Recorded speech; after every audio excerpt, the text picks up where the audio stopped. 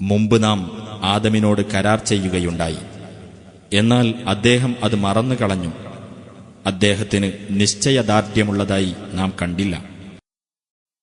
നിങ്ങൾ ആദമിന് സുജൂദ് ചെയ്യൂ എന്ന് നാം മലക്കുകളോട് പറഞ്ഞ സന്ദർഭം ശ്രദ്ധേയമത്രേ. അപ്പോൾ അവർ സുജൂദ് ചെയ്തു, ഇബ്ലീസ് ഒഴികെ. അവൻ വിസമ്മതിച്ചു. അപ്പോൾ നാം പറഞ്ഞു, ആദമേ, തീർച്ചയായും ഇവൻ നിന്റെയും നിന്റെ ഇണയുടെയും ശത്രുവാകുന്നു. അതിനാൽ നിങ്ങളെ രണ്ടുപേരെയും അവൻ സ്വർഗത്തിൽ നിന്ന് പുറംതള്ളാതിരിക്കട്ടെ. അങ്ങനെ സംഭവിക്കുന്ന പക്ഷം നീ കഷ്ടപ്പെടും. തീർച്ചയായും നിനക്കിവിടെ വിശക്കാതെയും നഗ്നനാകാതെയും കഴിയാം. നിനക്കിവിടെ ദാഹിക്കാതെയും വെയില് കൊള്ളാതെയും കഴിയാം. അപ്പോൾ പിശാച് അദ്ദേഹത്തിന് ദുർബോധനം നൽകി, ആദമേ, അനശ്വരത നൽകുന്ന ഒരു വൃക്ഷത്തെപ്പറ്റിയും ക്ഷയിച്ചു പോകാത്ത ആധിപത്യത്തെപ്പറ്റിയും ഞാൻ നിനക്കറിയിച്ചു തരട്ടെയോ? അങ്ങനെ ആദമും ഭാര്യയും ആ വൃക്ഷത്തിൽ നിന്ന് ഭക്ഷിച്ചു. അപ്പോൾ അവർ ഇരുവർക്കും തങ്ങളുടെ ഗുഹ്യഭാഗങ്ങൾ വെളിപ്പെടുകയും സ്വർഗത്തിലെ ഇലകൾ കൂട്ടിച്ചേർത്ത് തങ്ങളുടെ ദേഹം അവർ പൊതിയാൻ തുടങ്ങുകയും ചെയ്തു. ആദം തന്റെ രക്ഷിതാവിനോട് അനുസരണക്കേട് കാണിക്കുകയും അങ്ങനെ പിഴച്ചു പോകുകയും ചെയ്തു. അനന്തരം അദ്ദേഹത്തിന്റെ രക്ഷിതാവ് അദ്ദേഹത്തെ ഉത്കൃഷ്ടനായി തെരഞ്ഞെടുക്കുകയും അദ്ദേഹത്തിന്റെ പശ്ചാത്താപം സ്വീകരിക്കുകയും മാർഗദർശനം നൽകുകയും ചെയ്തു. അല്ലാഹു പറഞ്ഞു, നിങ്ങൾ രണ്ടുപേരും ഒന്നിച്ച് ഇവിടെ നിന്ന് ഇറങ്ങിപ്പോകുക. നിങ്ങളിൽ ചിലർ ചിലർക്ക് ശത്രുക്കളാകുന്നു. എന്നാൽ എന്റെ പക്കൽ നിന്നുള്ള വല്ല മാർഗദർശനവും നിങ്ങൾക്ക് വന്നുകിട്ടുന്ന പക്ഷം, അപ്പോൾ എന്റെ മാർഗദർശനം ആർ പിൻപറ്റുന്നുവോ അവൻ പിഴച്ചു പോകുകയില്ല, കഷ്ടപ്പെടുകയുമില്ല. എന്റെ ഉത്ബോധനത്തെ വിട്ട് വല്ലവനും തിരിഞ്ഞുകളയുന്ന പക്ഷം തീർച്ചയായും അവന് ഇടുങ്ങിയ ഒരു ജീവിതമാണുണ്ടായിരിക്കുക.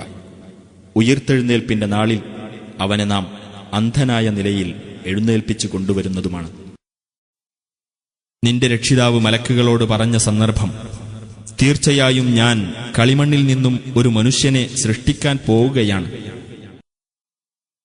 അങ്ങനെ ഞാൻ അവനെ സംവിധാനിക്കുകയും അവനിൽ എന്റെ ആത്മാവിൽ നിന്ന് ഞാൻ ഊതുകയും ചെയ്താൽ നിങ്ങൾ അവന് പ്രണാമം ചെയ്യുന്നവരായി വീഴണം.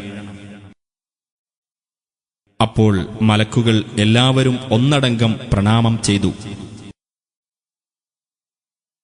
ഇബ്ലീസ് ഒഴികെ. അവൻ അഹങ്കരിക്കുകയും സത്യനിഷേധികളുടെ കൂട്ടത്തിലാകുകയും ചെയ്തു. അല്ലാഹു പറഞ്ഞു, ഇബ്ലീസേ, എന്റെ കൈകൊണ്ട് ഞാൻ സൃഷ്ടിച്ചുണ്ടാക്കിയതിനെ നീ പ്രണമിക്കുന്നതിന് നിനക്കെന്ത് തടസ്സമാണുണ്ടായത്? നീ അഹങ്കരിച്ചിരിക്കുകയാണോ? അതല്ല നീ പൊങ്ങച്ചക്കാരുടെ കൂട്ടത്തിൽ പെട്ടിരിക്കുകയാണോ? ഇബ്ലീസ് പറഞ്ഞു, ഞാൻ മനുഷ്യനേക്കാൾ ഉത്തമനാകുന്നു. എന്നെ നീ അഗ്നിയിൽ നിന്ന് സൃഷ്ടിച്ചു, അവനെ നീ കളിമണ്ണിൽ നിന്നും സൃഷ്ടിച്ചു.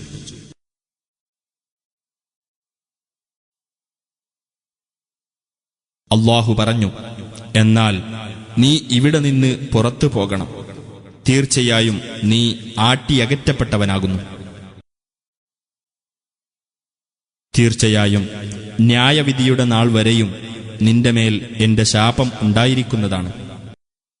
ഇബ്ലീസ് പറഞ്ഞു, എന്റെ രക്ഷിതാവേ, എന്നാൽ അവർ ഉയിർത്തെഴുന്നേൽപ്പിക്കപ്പെടുന്ന ദിവസം വരെ നീ എനിക്ക് അവധി അനുവദിച്ചു തരണമേ. അല്ലാഹു പറഞ്ഞു, എന്നാൽ നീ അവധി അനുവദിക്കപ്പെട്ടവരുടെ കൂട്ടത്തിൽ തന്നെയാകുന്നു. നിശ്ചിതമായ ആ സമയം സമാഗതമാകുന്ന ദിവസം വരെ. ഇബ്ലീസ് പറഞ്ഞു, നിന്റെ പ്രതാപമാണ് സത്യം.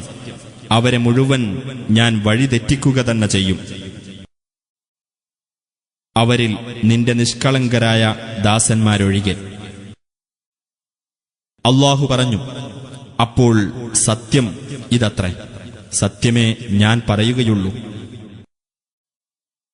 നിന്നെയും അവരിൽ നിന്ന് നിന്നെ പിന്തുടർന്ന മുഴുവൻ പേരെയും കൊണ്ട് ഞാൻ നരകം നിറക്കുക തന്നെ ചെയ്യും. നബിയെ പറയുക, ഇതിന്റെ പേരിൽ നിങ്ങളോട് ഞാൻ യാതൊരു പ്രതിഫലവും ചോദിക്കുന്നില്ല. ഞാൻ കൃത്രിമം കെട്ടിച്ചമയ്ക്കുന്നവരുടെ കൂട്ടത്തിലുമല്ല. ഇത് ലോകർക്കുള്ള ഒരു ഉത്ബോധനം മാത്രമാകുന്നു. ഒരു കാലയളവിനു ശേഷം ഇതിലെ വൃത്താന്തം നിങ്ങൾക്ക് മനസ്സിലാവുക തന്നെ ചെയ്യും.